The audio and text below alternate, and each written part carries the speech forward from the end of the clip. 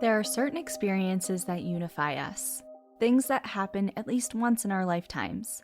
The flutter of butterflies during a first kiss, the ache of a heartbreak, the belly laughter that accompanies joy, or the sorrow of loss. There is a reason we collectively laugh, cry, or gasp in a crowded movie theater. There are parts of the human experience we all understand, like humor, sadness, and fear. When it comes to fear, it is often translated in a film as a knife-wielding assailant pursuing an unarmed victim. But what is equally as frightening is scenes of someone alone, yet with the feeling that they are being watched. The hairs on the back of their necks raise, their pupils widen, and they whip their heads around, searching for the eyes they feel on them, yet no one is there. Our heartbeats simultaneously quicken with theirs, because we too have been there. It could be as simple as looking across a crowded room to meet the gaze of someone already looking at you, to the understanding someone just entered a room, even if you can't visually see them yet, or feeling a shift in the air and just knowing you aren't alone. And that's precisely what it is, a knowing. Difficult to understand and nearly impossible to explain, being in the presence of a presence is hard to comprehend. While most of these encounters are portrayed as anything but comforting, there are certain circumstances where people experience this type of phenomenon and feel the opposite, on the brink of death, in final moments of desperation, appearing to us when we need companionship the most, providing reassurance that we are not alone, and we are better for it. Welcome to National Park After Dark.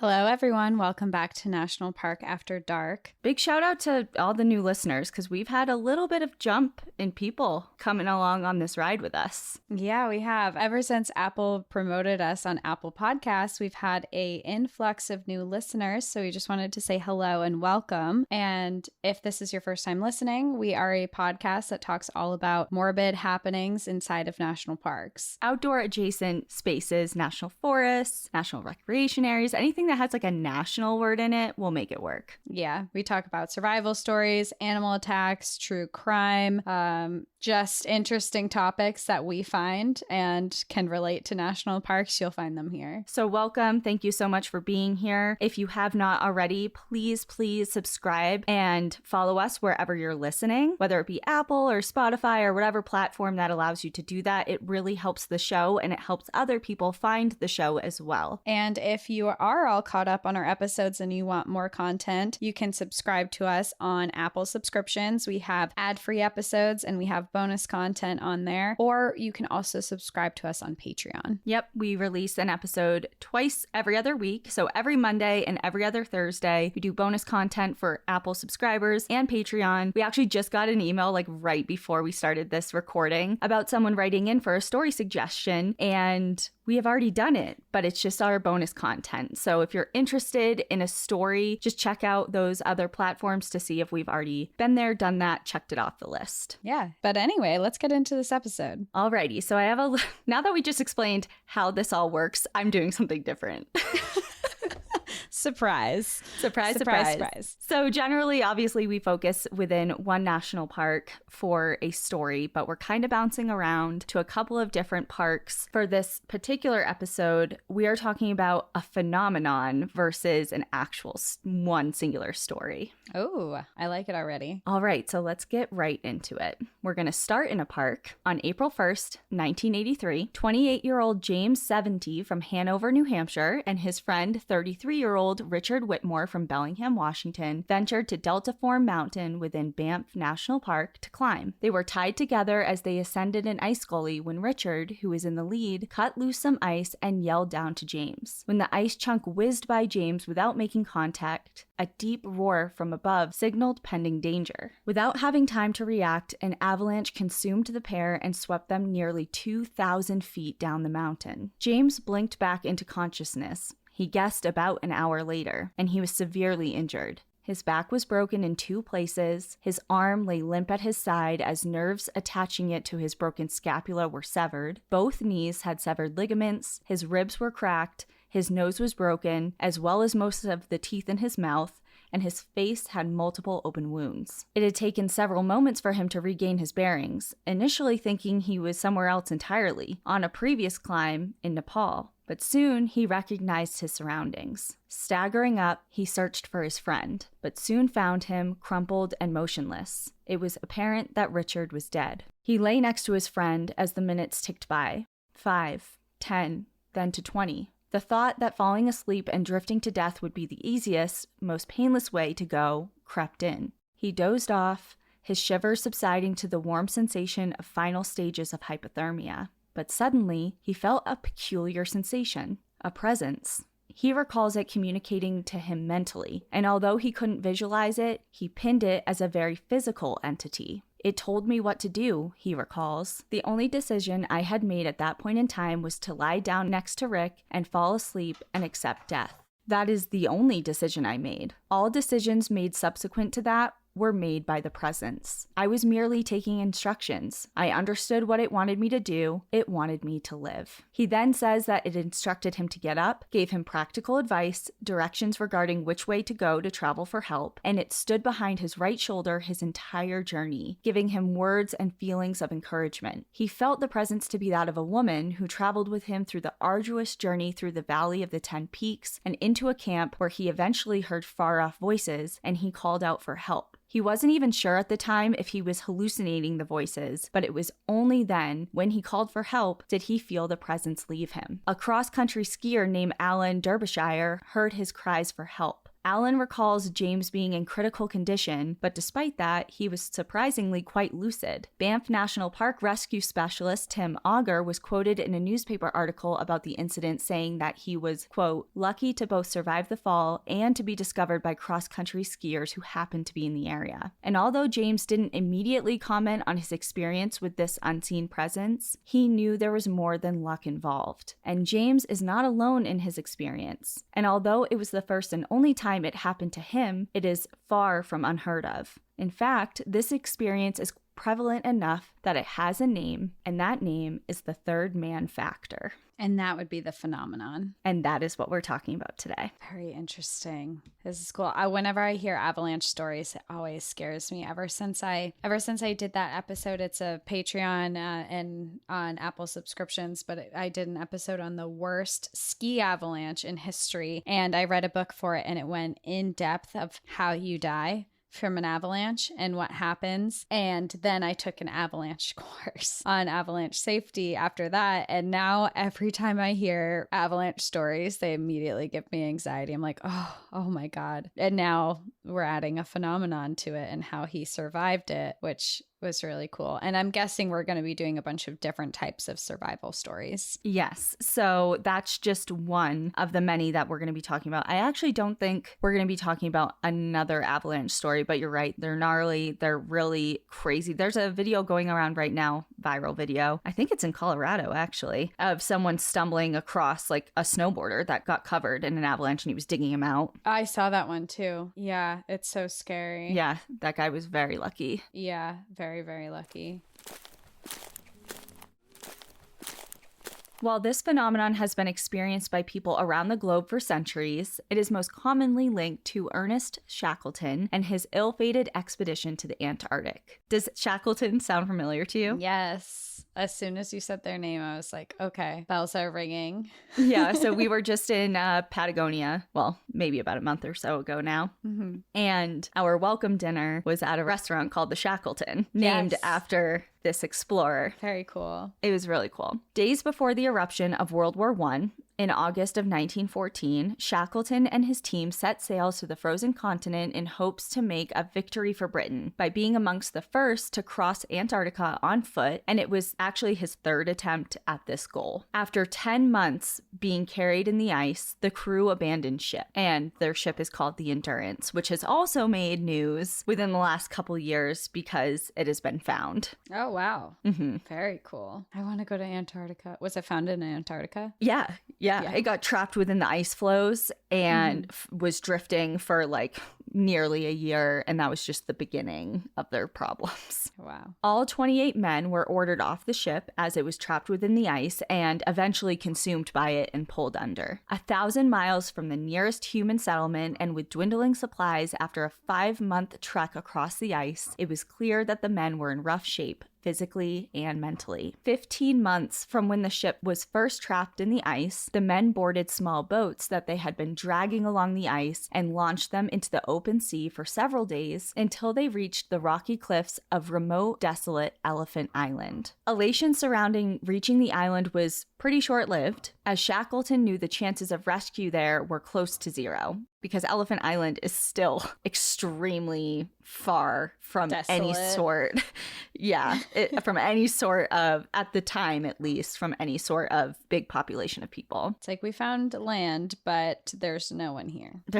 Still we're screwed. Shortly after their arrival onto Elephant Island, Shackleton made the decision to leave most of the men behind and bring with him a small team in an attempt to reach aid on the island of South Georgia, which was still another 680 miles away by boat. Wow. That's so far. How far is that in kilometers? A lot. Still a lot. And this is after over a year of survival, just on top of that. Yeah, and you're like, we're almost there. Just 680 more miles to go. For 17 days, this small team of 6 men were battered by the sea and inclement weather in a small whaling boat. Their already low supplies dwindled even more, fresh water was limited, and ice was forming on the boat so frequently that they had to take turns chopping it off in order to keep the boat from capsizing or sinking. When they finally approached the island, 680 miles down the road, they made it. A hurricane made landing the boat safely a near impossible task, and it took them 9 hours just to gain access to land. And even then, their ordeal was not over. Help in the form of a small whaling station was located on the other side of the island. So Shackleton again set off. This time he left most of the men at the boat, and he took 2 with him. So it was him and 2 other men. With nearing zero supplies at this point and little equipment for the journey that they soon found out required tactical climbs and traversing the then uncharted interior of South Georgia Island, they set off. Perfect. Finally, on May 20th, 1919, the men approached Stormness Bay and its staffed whaling station. So thank God people were there. Finally, people. They were saved, and rescuers were dispatched to collect the rest of the Endurance's crew. And miraculously, they were all saved. Not a single man perished out of their entire crew. Shackleton eventually wrote the entire epic struggle of the expedition in a narrative titled South. He employed the help of a man named Edmund Saunders as his literary assistant, who Shackleton dictated his story to, and Edmund wrote it down. I kind of envision, have you seen the new Moby Dick movie? I say new, but it's probably like a decade old now. It has one of the Hemsworth brothers. No, I haven't seen it. Surprise, surprise, I haven't seen a movie, but well, great. Well, anyways, like the guy's like recalling this like epic saga that he lived, and he's saying it to like a scribe essentially who's writing it down for him. Okay. Yeah. Reciting his story was a difficult process emotionally, bringing up a wide variety of different emotions, which were very apparently difficult for Shackleton to speak about. Between the suffering of him and his men, all the treacherous conditions, the isolation, there was a lot of near-death conditions, that went into this. Very emotional. Journey, especially for how long they were gone for. Mm-hmm. And how close they all were to losing their lives. Yeah. But there was one subject in particular that he seemed really hesitant to speak about, that of a 4th man. He revealed that he had a feeling that during the last part of their journey, so when they were going over the island of South Georgia, which he described as the most arduous, something out of the ordinary had been with them. He said, quote, "When I look back at those days, I have no doubt that the Providence guided us, not only across the snowfield, but across the storm-white sea that separated Elephant Island from our landing place on South Georgia. I know that during that long and racking march of 36 hours over the unnamed mountains and glaciers of South Georgia, it seemed to me often that we were 4, not 3. What's most interesting is that he had never mentioned this to anyone else in the party, yet 3 weeks after first speaking of it during that transcription of his story, without prompt, one of the other men that navigated that last stretch of the journey with him approached Shackleton, saying, quote, "Boss, I had a curious feeling that on the march, there was another person with us." And then the last man on their team came to the other 2 with a very similar statement. So all 3 separately had the same feeling that there was another presence with them. Over the next few years and even to today, people have questioned the legitimacy of this presence, many stating it was nothing more than a shared hallucination, a product of the men's physical and mental limitations being pushed to the very brink. However, all 3 men were reluctant to elaborate on it further, keeping the experience very close to their chests for the rest of their lives. Did they talk about seeing someone, or it was just a feeling that was this presence guiding them? Did they all feel that way? They all felt that way, and there was no visual aspect to this experience. But we'll get into, there's some variation there, depending on the story. Okay. But this story very obviously states that there were 3 men who referred to the presence as the 4th man, but the whole thing is called the third man factor. So what is the disconnect here? So the reason we know this phenomenon today as the third man is thanks to one of the 20th century's most famous poems, and it's called The Wasteland. It's by the famous poet T.S. Eliot. Written in 1922 and inspired by Shackleton's account, Eliot took some poetic license to alter the number. In part, the poem reads, "Who is the third that walks always beside you? When I count, there are only you and I together. But when I look ahead up the white road, there's always another one walking beside you." So he just altered the number a little bit, and it stuck. In 1916, Henry Stoker, cousin of Bram Stoker, who is the author of Dracula, was serving in the Royal Navy during World War I when he and 2 other service members were captured in Turkey. They were all held in hell-like conditions as prisoners of war until they made a daring escape. The Turkish guards didn't even bother to send out men to capture them, as their odds of survival were just so bleak. It's kind of like Alcatraz. Like when you read about Alcatraz and they're like, yeah, there's no way you're going to survive. It's like getting good off luck, of you this. got out, I guess, but Yeah. you're not going to make it very far. The men had 300 miles of rugged terrain to cross without a map, without a compass, or adequate clothing before they could reach the coast and possible freedom. Progress was extremely slow but steady, and on the 11th night of their escape, Stoker first became aware of a presence, saying later of his experience, "In the midst of the night, I felt, not suddenly or surprisingly, that we were not 3 men struggling along in line, but 4. There was a 4th man following at the end of our line in the correct position for a 4th man to be. When we stopped for a few minutes to rest, he did not join us, but remained in the darkness, out of sight, yet as soon as we rose and resumed our march, he dropped into his place forthwith. He never spoke, nor did he go ahead to lead us. His attitude seemed just that of a true and loyal friend who says, 'I cannot help, but when danger is at hand, remember always that I'm here to stand or fall with you.' All 3 of us had been sensible and all had seen him. We all 3 agreed that the moment he left us was when we felt we had put the danger behind us. I cannot exaggerate how real his presence was. It was a strange experience. We felt that he brought us great luck." So they actually saw someone. Yes, but always kind of just like in the periphery, never coming right up to them. Okay. What did he look like? They didn't describe in detail. Okay, so Just it's like a shadowy person. figure of a person. Shadowy, so no details. Interesting. And speaking of luck, even John Muir suggested he had some sort of help by a presence when he was stranded alone and close to death in the Sierra Nevadas while attempting to summit Mount Ritter. These stories are just a couple of the many different examples of circumstances in which a presence was felt and explained as some sort of guardian angel by those who encountered this phantom person incidentally in the most extreme of circumstances. However, it is important to note that people from cultures around the globe have been seeking this type of experience intentionally for thousands of years. People from Egypt, Tibet, North America, Africa, and Asia have all sought isolation to produce these types of experiences. Spirit or vision quests have been utilized by North American natives and Inuit peoples for thousands of years as a sort of rite of passage. These quests would often be comprised of solo ventures out into the wilderness, accompanied by hardship and deprivation of food and water. Sometimes there's some drugs involved, ayahuasca. Some ayahuasca is there.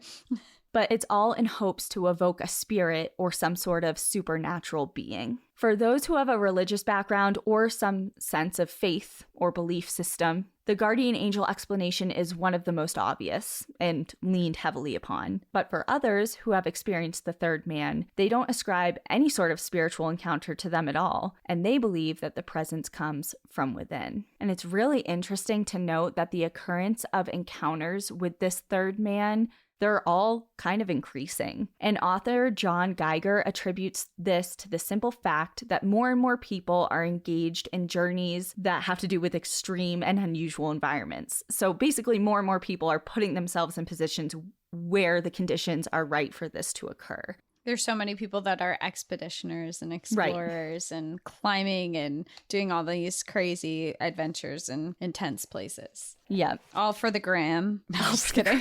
Hopefully not. I'm just kidding. But John Geiger will come up again later, and this is the book that I relied pretty much entirely for this episode. His book, it's called The Third Man Factor: Surviving the Impossible. It's amazing. It's so good. I read it cover to cover in like 2 days. It's, if you're interested at all in even just like the sampling of stories I'm touching upon today, you have to pick it up. It's amazing. And these extreme and unusual environments that we're talking about, they're kind of classified as EUEs. And in order to be considered one of them, several factors are considered, but there are 3 pretty broad categories that they typically fall into. So environments such as deserts, the Arctic or mountains where special equipment is usually needed for survival, but they do serve as natural habitat for some people. You know, like you and I couldn't go to the Arctic and survive easily, but Inuits have been doing it for millennia. You know, like it's not unreasonable that people could live and thrive there. And also environments in which survival is completely dependent on special equipment and training, like within space or the deepest depths of the ocean.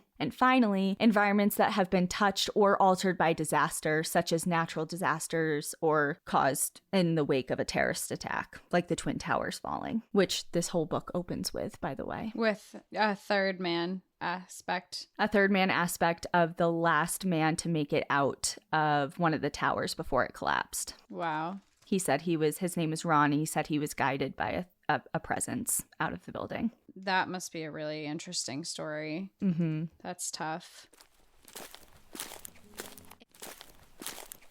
One common denominator these environments have is monotony and boredom. So whether it be the endless ocean, either below or on the surface, the white of the Arctic tundra, or seemingly endless dunes in the desert. Charles Lindbergh experienced this monotonous boredom of looking at the same scenery hour after hour at the age of 25 during his first solo non-stop flight from New York to Paris. And on the 19th hour of this flight, he felt he suddenly was not alone. He says, "The fuselage behind me becomes filled with ghostly presences, vaguely outlined forms, transparent, moving, riding weightless with me in the plane. I feel no surprise at their coming. There is no suddenness to their appearance. Without turning my head, I see them as clearly as though in my normal field of vision. I've never believed in apparitions, but how can I explain the forms I carried with me through so many hours of this day? Transparent forms in human outline, voices that spoke with authority and clearness, that told me, but what did they tell me? I can't remember a single word they said." And a lot of people attribute,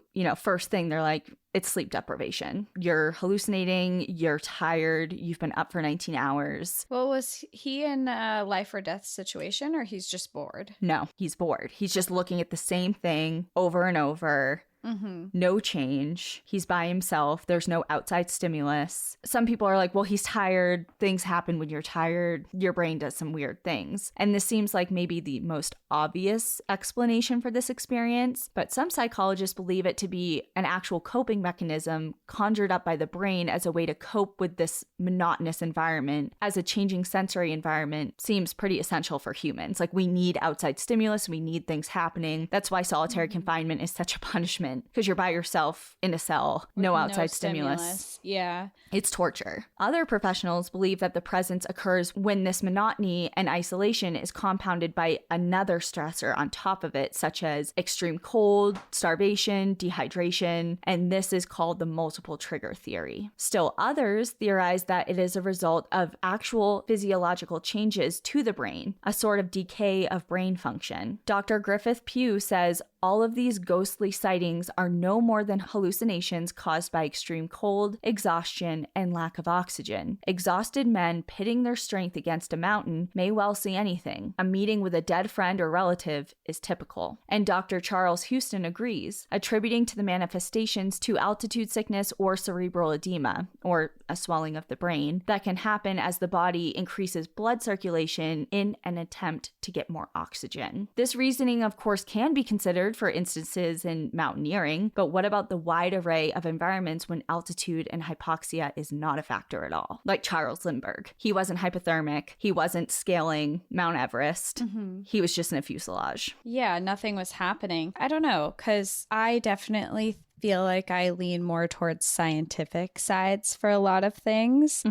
And him to just have this random hallucination or vision or whatever it is where he's seeing a lot of ghosts on the plane is hard. I mean, when you were talking about it, the first thing I thought, I was like, did he take drugs before he got on the plane? Is he just having, point, but is he just tripping? So. What's going on with him was my first thought. It's interesting. And where was he? He was flying from where to where? He was doing the first solo flight from New York to Paris. So this is back in the day. And it took 19 hours? That was on the 19th hour. Oh, okay. I mean, I've flown from Paris to Boston and I didn't hallucinate. Well, that's good. And I'm glad. Bored. I was bored. I guess I had a television. Maybe that's why they installed TVs on airplanes to keep their passengers from seeing all the ghosts on there. Yeah, maybe. Right. Moving on, climbers and mountaineers, such as Reinhold Messner and Greg Child, who have both had memorable experiences with the third man, dismiss this explanation altogether, arguing that, in the words of Child, those of us who have experienced the other presence make a distinction between it and a hallucination, which often disorient and misguide. The presence, on the other hand, seems much more real, assisting by either guiding or allaying fears with companionship. So it's like they're describing it as an intelligence versus just a hallucination that you're seeing things and you're confused and you're tripping out all over the place. This is very direct, real. It gives practical advice, reassuring. It's not scary. It's not frightening. It's a different experience, essentially. Yeah. Well, in these life or death situations, to have that, it almost feels like we're talking about a presence, but it also feels like an intuition, like a survival portion of your brain that's popping out, giving you this very real logical advice. It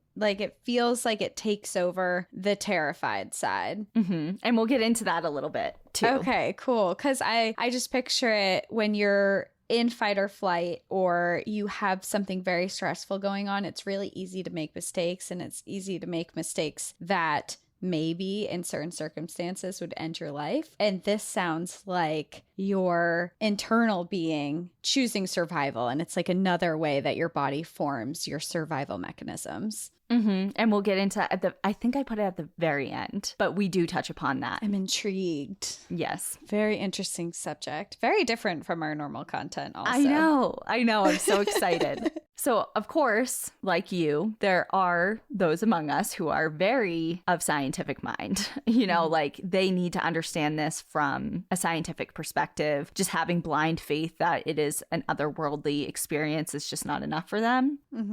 And one of those people who is very scientific minded, his name is Jerry Lininger, and he explained that during his time on the space station Mir, he encountered what he explains as encounters with his father, who had died 7 years earlier. His time on this station orbited Earth an astounding 2,000 times over 132 days, and during that time, Jerry and his crew experienced their fair share of trouble, from fires on the station, near-death experiences, and extreme isolation, he was mentally and physically pushed to the limits. He was still maintaining like a routine. He would like go on the treadmill every day. He would have the same type of breakfast and just try and maintain some sort of normalcy. Day over and over, live the same day every day for... Yeah, I don't get why people want to go into space. It's just not for me. It's not for me either. Yeah, I get the draw of it. It's super interesting. And maybe if we knew more about space and had more access to go farther to places to explore, I'd be more interested. But like if there was an Avatar world we could go visit for the day, I would be interested. But to zoom around in space,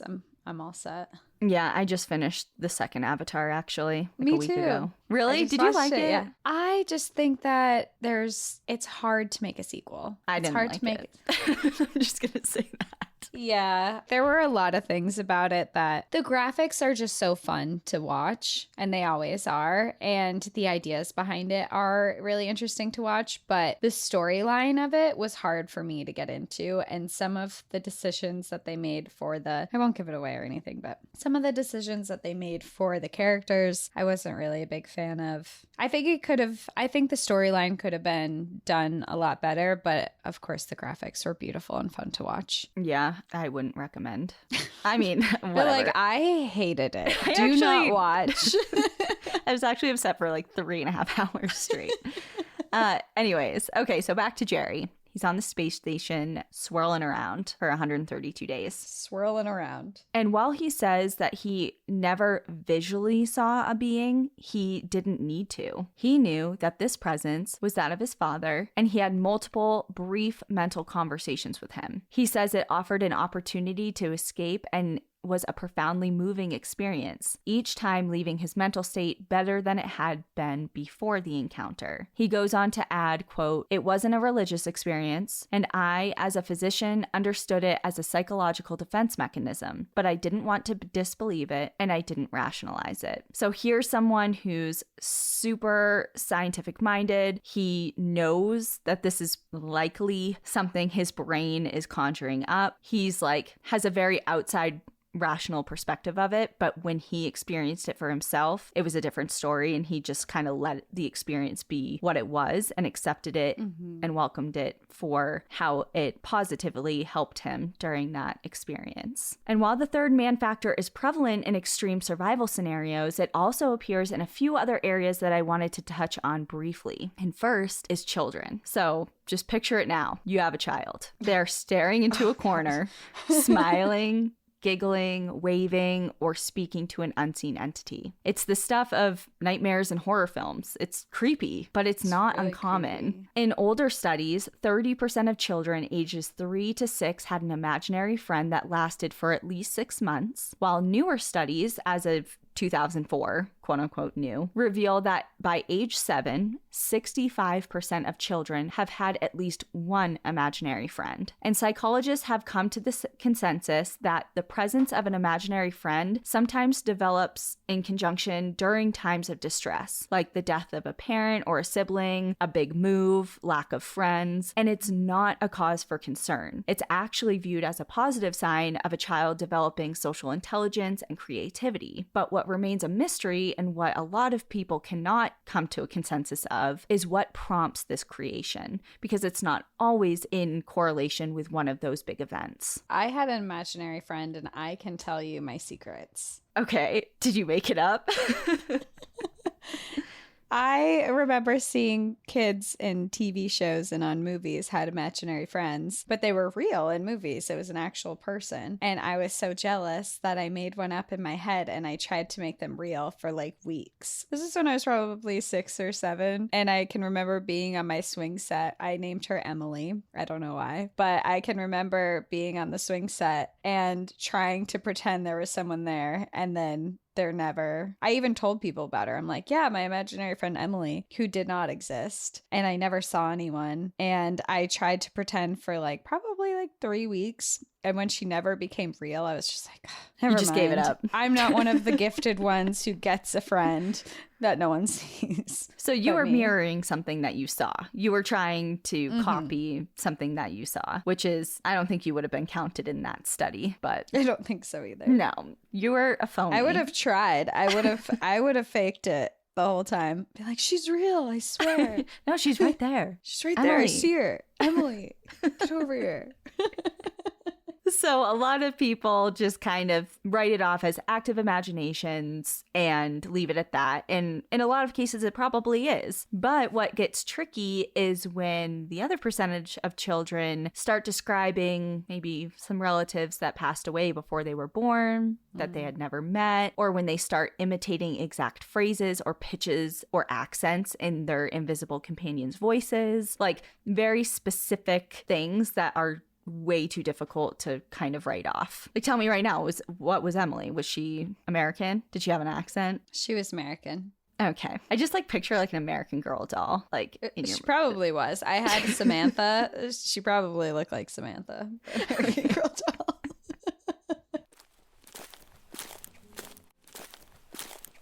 So that's the children. And next is what is called the widow effect. The third man appearing as a response to the stress felt by those whose lives have been left with a void. In several studies conducted in Wales, Arizona, and in Britain of widows and widowers, more than half of each test group felt the presence of their deceased partners. At the weakest, a feeling that one is somehow being watched, and at its strongest, it's a full-blown sensory experience. So responses to these hallucinations, quote unquote, can be anything from people acknowledging a presence, speaking out loud to a loved one, cooking for their deceased partner, or going about daily activities as if there were two people living in the home and not one. Nancy Reagan commented on this in a Vanity Fair interview in 2009, saying of her late husband, Ronald, quote, "It sounds strange, but I see Ronnie. At nighttime, if I wake up, I think Ronnie's there and I start to talk to him. The fact is, I do think he's there and I see him." And it's not just those who have lost partners that feel this way. A much larger study throughout the UK conducted in 1995 revealed that 35% of people of all ages had experienced or gained some sense of the presence of the dead, whether it be a parent, a grandparent, other type of family member, a friend, a spouse, etc.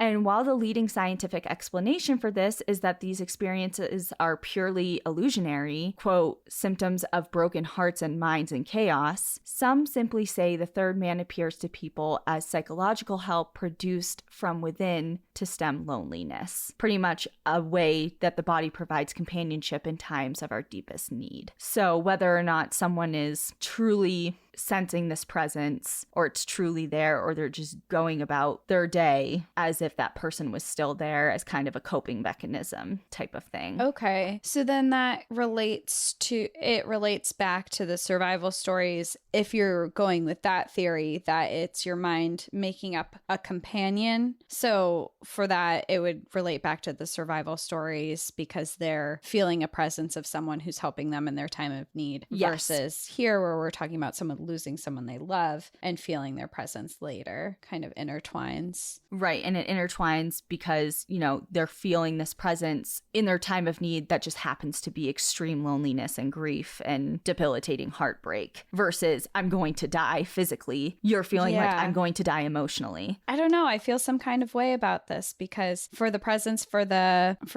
survival versus presence of, now I feel like we're talking more into the paranormal where you're feeling the presence of loved ones and spirits and things, where we're going into two different realms, or maybe the voice for the survival people are someone that they love, who knows, but well, it's different. Each and every one is different. So Jerry, that felt the presence of his father when he was in space. And then there's a couple of other stories in this book that the people feel their deceased husbands, their deceased brothers. It's like people they know. And sometimes it's just purely a presence. They can't identify it as someone that they've lost. It's totally dependent on the person experiencing it. Very interesting.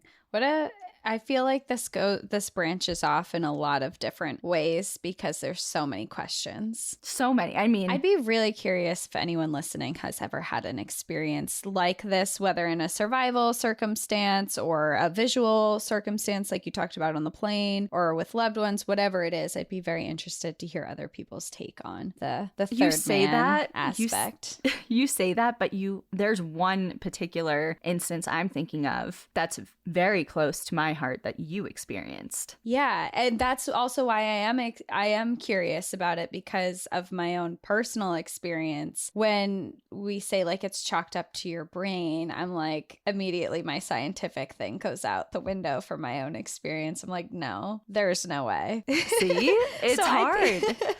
It's really hard. Yeah. I know your mind can play tricks on you and your mind is very complex and things, but I just think that some things can't be full. And I say I lean more towards scientific because I do lean more towards scientific, but that doesn't mean I don't believe that everything has to be explained by science to be true, if that makes sense. I completely understand. And that's why I really loved and I picked this phenomenon to do, because it is such a mixture of there are clear indications of physiological deterioration that is going on that can trigger like end of life hallucinations, and your body is literally shutting down. You're either starving, you're dehydrated, you have a lack of oxygen or whatever. It's like clearly we have proof that your body does things like this when it shuts down. Yeah. However, I'm also sorry. I just thought of sorry. I'm just going so far into the subject. I just think it's so interesting. And I actually know someone who experienced a third man effect with me. Not with me. I was there, but I was not there. I have to explain it. So when now that I'm thinking about like this whole subject, sorry, it just came to my mind this, but when I was a kid, so I've had 2 kidney transplants. My first one was when I was 11 years old. I know the story. Okay. Yeah. Cool.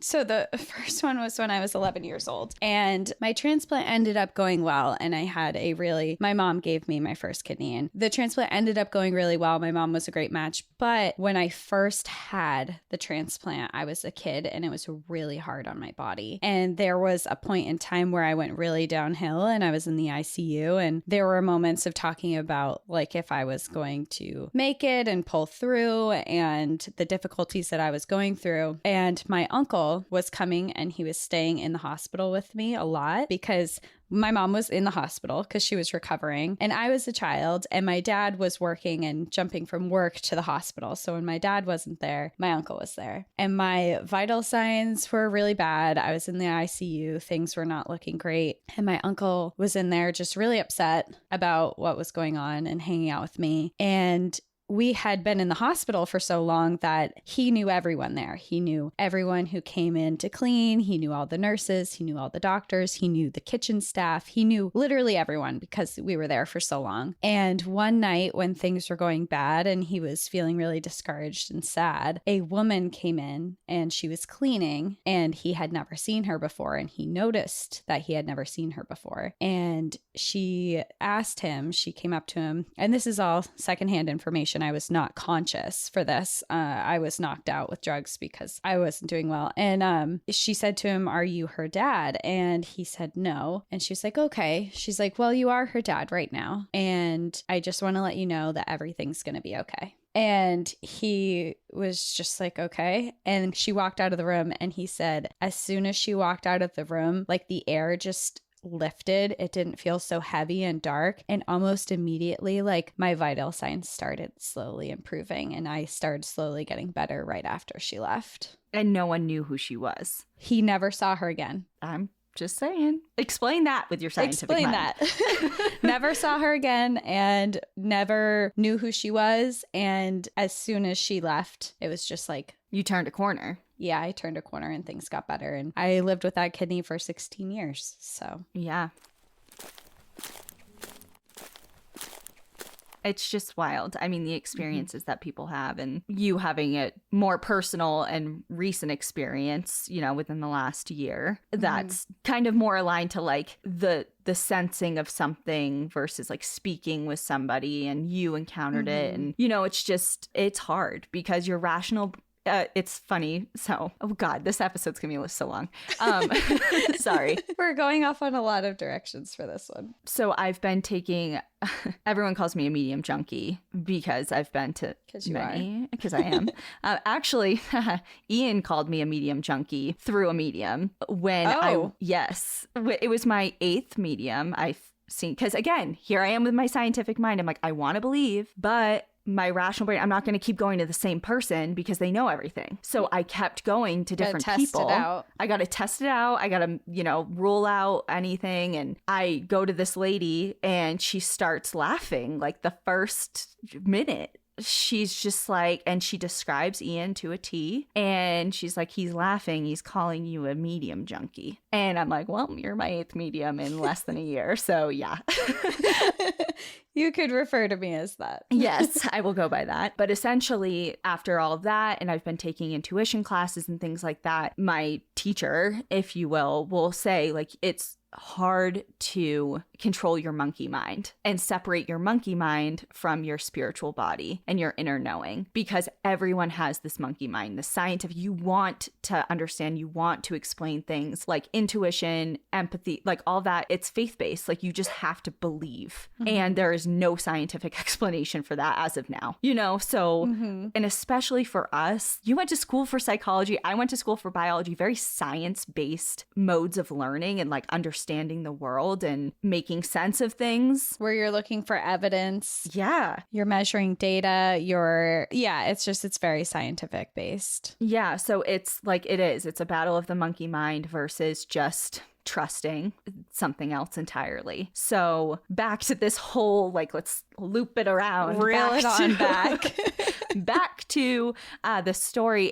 That's why it's so intriguing, and this book is amazing because it straddles the line. There's one foot on each side, and John Geiger does a great job. I mean, he reports the stories as they were reported, and then he goes into different explanations and theories, and it's not one-sided. It gives you all the information, and it's kind of up to you to make up your own mind about what you think. And of course, some people simply say that the third man appears to people just as psychological help produced from within to, stem this loneliness that I was talking about before. But it's the way in which the brain does that is also argued. So it's like, is it the brain? Is it not the brain? If it is the brain, how does it do it? And then there's people who have more opinions on like the mechanisms in which the brain does that. And there's just so many theories. The book goes super in depth with all of them. So definitely pick up the book if you want to learn more about that, because there are several chapters dedicated to the mechanisms and the different neurosciences behind all of that.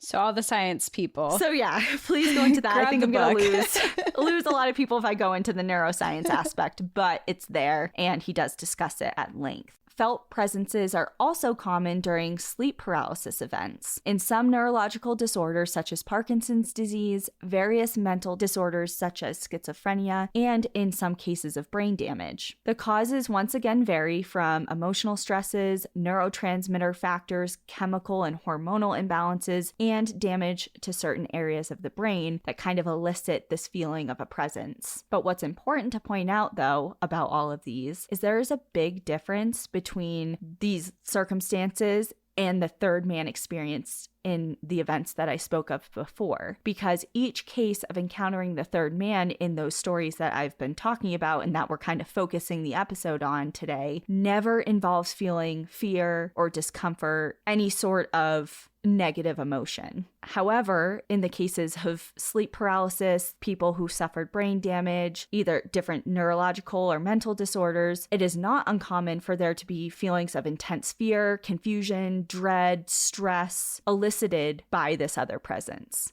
So it's not comforting. It's not a friend in a lot of cases. It's a major difference. There's a major difference. So of course, people that experience schizophrenia aren't always with presences, quote unquote, that are scary. Sometimes they're friends. So obviously there is differences, but my point is when you have sleep paralysis, you're not having fun. Yeah. Sleep paralysis is scary as hell. You're frightened, and it's a negative experience of feeling that you're not alone. But with the third man, it's never a experience that elicits fear or discomfort of any kind. So that's a big difference. That is. Going back to another little story example from another national park, from Kilimanjaro National Park. Ooh. There's another example of someone who felt very comforted through a traumatic event by an unseen force. Rob Taylor attempted to climb the 19,340-foot peak of Kilimanjaro in 1978 with a friend. Taylor fell when the ice that he was climbing gave way and he shattered his leg. The arch of his left foot was twisted so bad it touched his inner calf. Ew. Yeah. Sickening. The bones of his shin were protruding and his boot was filling fast with blood. At 18,000 feet and nearly 80 miles from the nearest hospital, his climbing partner did all he could to help him descend, but after hours of excruciatingly slow and painful progress, the decision for his partner to leave for help was made. So he left Rob behind, went to try and get help. And after 2 days with no aid arriving, Rob first sensed his companion. And he actually saw him. He saw him crouching near him about 50 yards away. And at first, he thought he was a member of the rescue party. And he was like, oh my God, over here. I'm over here. He was shouting at him, trying to get his attention. And he was like shouting questions at him. And he was receiving no response. And his mind was trying to make sense of what he was seeing because he knew what he was seeing, but it didn't make sense that this person wasn't coming over to help him. Mm-hmm. Over time, this companion moved closer and closer to him. He said, quote, hour upon hour, this companion watcher, as I call him, peers out at me through the curtain of snow. Someone, some being, guides me on my journey. Despite the snow, there was none on this figure. It took up absolutely solid space like a stone or anything else. It was very benevolent and very positive. It was peaceful and reassuring. So this presence stayed with Taylor for days until it suddenly disappeared. Taylor was really distraught and upset by his sudden absence until minutes later when he heard voices. His climbing partner had finally been successful at reaching help and Taylor was rescued. And he sums up his time with the third man saying, quote, I don't often talk about my companion watcher these days. He is a creature out of place here. Misunderstood. When I first spoke of him to people, they acted quite predictably. What an imagination you have. Your fever had you hallucinating. And at first, I persisted in my stand. He was real, there in the flesh, or at least in some concrete form that I could see. Later, I left him out altogether. It was easier than trying to define or defend him to people who could not understand. Now I know this and say this to you. He was there and as real as you or I. I do not know to this day his purpose, but I sensed that it was good. That same good was sensed by Angus McKinnon, who began pondering consciousness after he encountered his own presence in the form of his wife, giving him direction on a solo voyage from Nova Scotia to Scotland in 1995. And he kind of just presents this thought provoker as, quote, what is our presence? Why should skepticism narrow down our cognition to exclude fields of knowledge that, seeing is believing, as a foolproof principle of inducive inquiry is glaring obvious to an open mind? So he's basically being like, if you have an open mind, why can't you not understand? Just because we don't understand it yet doesn't mean it's not real. Mm-hmm. And we should think about that. And open minds are open to many theories. As we discussed, there are several, too many to get into completely here, but there is one more that I wanted to highlight. And this is where, when I said earlier, we're going to talk about like that kind of like your inner self acting as kind of like self-preservation. Your survival mode. Yeah. So Swift's neurologist Peter Brugger conducted a study on the third man phenomenon in the 1990s, and the results were really intriguing. He and his colleagues studied many cases of unilaterally felt presences, so the third man, and proposed that an alternative explanation for the invisible being is similar to that of the phantom limb sensation described by amputees, only a full body version of it. After a person loses a limb, the brain creates a sensation that missing limb is still present. Hence the nickname ghost or phantom limb. Over 90% of amputees report this, still feeling its position relative to their body. They can even feel different sensations, including pain. Brugger made the argument that the third man is essentially the same thing, a phantom double. Quote, an extension of one's inner awareness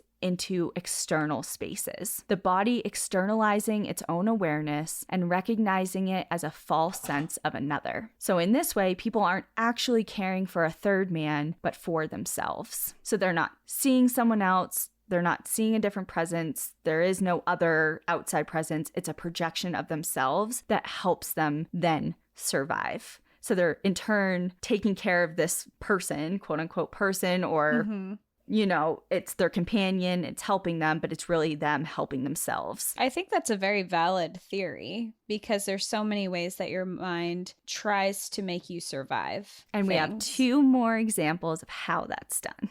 Okay, let's hear them. So the first is exemplified by Steve Swenson. He was in Sagamantha National Park. Is that how you say it? Sagamartha. It's Mount Everest. Mount Everest, yeah. Sagamartha. He was there in 1994 climbing Everest when he found himself with no choice but to spend 2 nights at over 26,000 feet in elevation. He made the decision to skip sleep as he was worried about the elevation and the altitude that combined with a slower respiratory rate that is attained while sleeping, that he would have had a problem on his hands. He was afraid that he was going to go into respiratory distress, so he attempted to pull an all-nighter. Try as he might, he kept shutting his eyes and dozing off, unable to stay awake and alert. But as soon as he would shut his eyes and start to doze off, he was awoken by a person. He would look over his shoulder to see a kind, older-looking Asian woman. He was never startled or frightened and stated he knew she was there to help. She was gentle and nurturing, saying things like, "No, you need to stay awake,"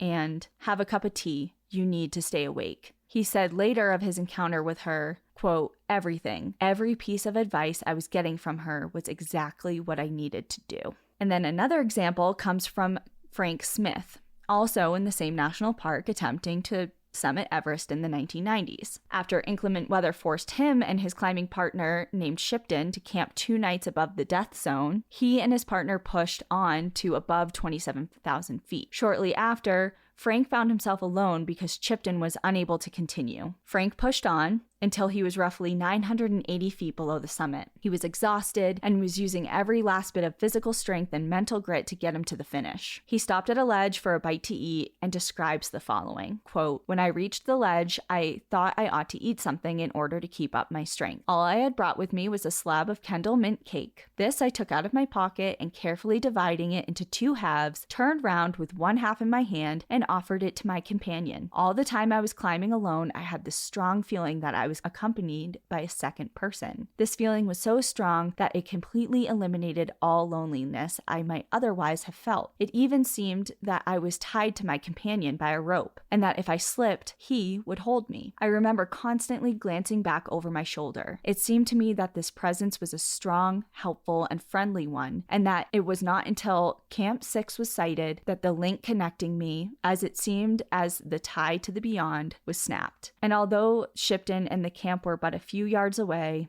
I suddenly felt alone." So in these 2 cases, it's like he knew he needed to eat. He offered it to his friend. The other one's like, you need to stay awake. You know, it's just like there's another person there that's caring for them and helping them. But is it just themselves helping? Are these all things that they internally actually know they need to do and are now projecting it to themselves in a different way? Right, exactly. So these presences have been felt on expeditions to the highest points on Earth, into the far reaches of space, to the polar regions of our planet, in the seas and skies during some of the first solo circumnavigations of the planet, in the depths of the Earth by cave divers, by prisoners of war, and by those trapped under the rubble after terrorist attacks, and in the aftermath of avalanches. The question isn't if this happens or if this is real. It's happened to people and it's real to them. It's been experienced too many times by too many people to dismiss that. The pursuit of understanding the origin of these experiences will continue to answer the question of where this phenomenon comes from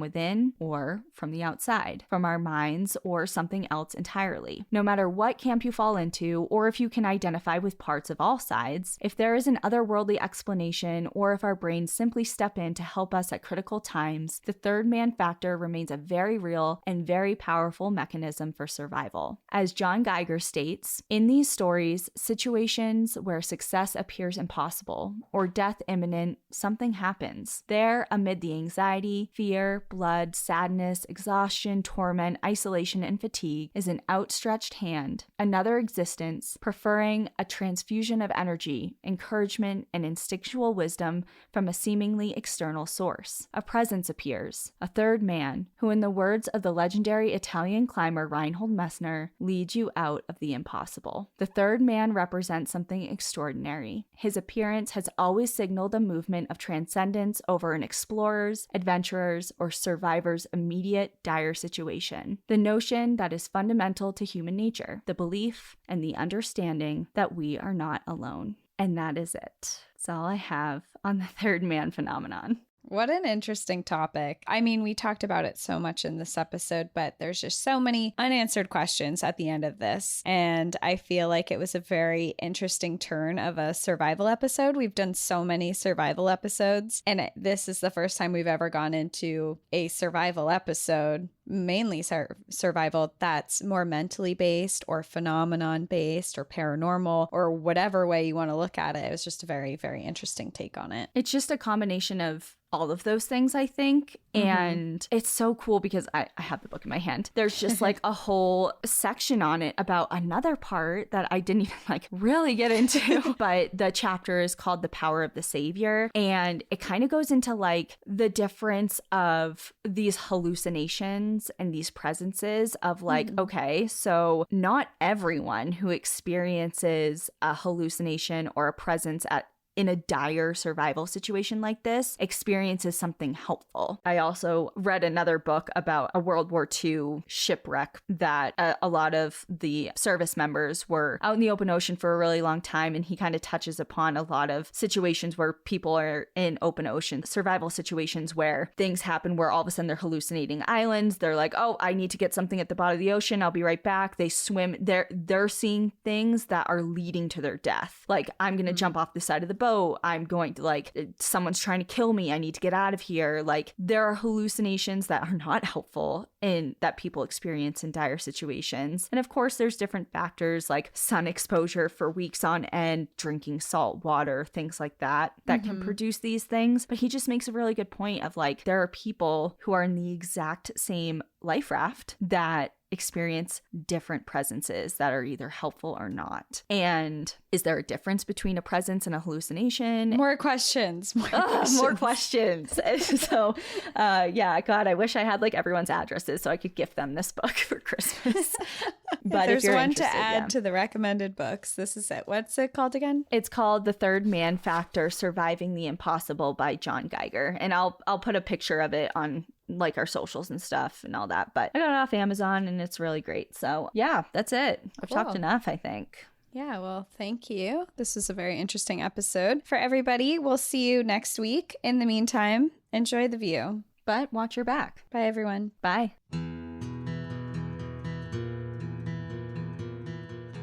Thank you so much for joining us again this week. If you have a trail tale or story suggestion, send us an email at stories@npadpodcast.com. Follow us on Instagram and Facebook at National Park After Dark and on Twitter at NPAD Podcast. Join our Outsiders Only community on Patreon or Apple subscriptions to listen ad-free, unlock monthly bonus episodes, and exclusive content. And remember, when you support our sponsors, you are supporting our show. For our exclusive discount codes and source information from today's episode, check out the show notes. For more information on our show, our book recommendations, merch updates, and more, visit our website at npadpodcast.com. And please rate, review, and subscribe from wherever you listen to podcasts.